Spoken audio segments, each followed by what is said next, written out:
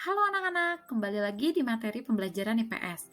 Kali ini kita akan membahas tentang pengaruh interaksi sosial terhadap pembentukan lembaga sosial. Apa aja sih yang akan kita bahas? Mari simak video berikut ini. Oke, di sini ada interaksi sosial dan norma sosial. Ini berkaitan ya.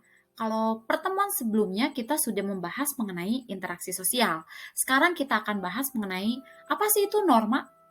Norma merupakan aturan atau ketentuan yang mengikat warga dalam kelompok masyarakat. Norma itu bisa digunakan sebagai panduan, tatanan, pengendali tingkah laku yang sesuai dengan harapan masyarakat. Nah, itu disebut dengan norma. Oke, anak-anak, norma sosial ini dalam masyarakat disebut dengan norma sosial yang bersifat formal dan bersifat non-formal. Apa sih yang membedakan?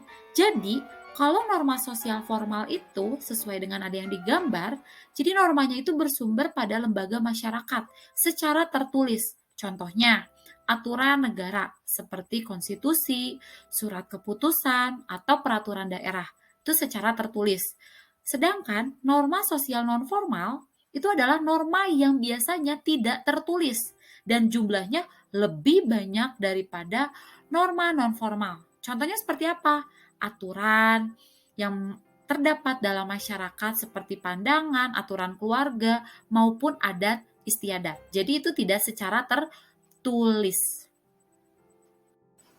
Nah, anak-anak ternyata norma itu ada tingkatannya loh. Di sini dibagi menjadi 4. Yang pertama ada cara atau usage. Jadi, norma ini yang paling lemah daya pengikatnya, karena orang yang melanggarnya hanya mendapat sanksi berupa cemoohan atau ejekan saja. Sebagai contoh, ketika seseorang membuang sampah sembarangan, dia hanya mendapatkan cemoohan saja atau ejekan saja.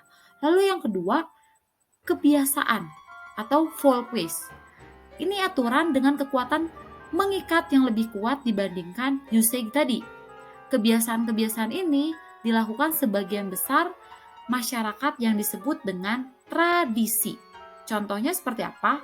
Misalkan, kebiasaan memberi hormat kepada orang yang usianya lebih tua, atau mendahulukan orang yang sudah lanjut usia ketika sedang antri di suatu tempat. Yang ketiga ada tata kelakuan atau yang disebut dengan mores. Ini aturan yang diterima masyarakat secara sadar atau tidak sadar dan dijadikan sebagai alat pengawas terhadap anggota masyarakat. Ini tata kelakuannya akan diberikan yang namanya sanksi yang cukup berat. Sebagai contoh, seorang peserta didik melanggar tata tertib sekolah dan ia akan mendapatkan sanksi atas perbuatannya sesuai dengan tata tertib yang berlaku. Dan yang terakhir, adat istiadat. Adat istiadat ini disebut juga dengan custom. Umumnya tidak tertulis, tetapi memiliki sanksi baik secara langsung maupun tidak langsung. Sanksi ini berupa penolakan langsung dari masyarakat. Atau sebagai contoh, bagi anggota masyarakat yang melanggar norma adat istiadatnya, maka akan mendapatkan sanksi sesuai dengan adat masing-masing. Dan yang terakhir, interaksi sosial dan proses pembentukan lembaga sosial.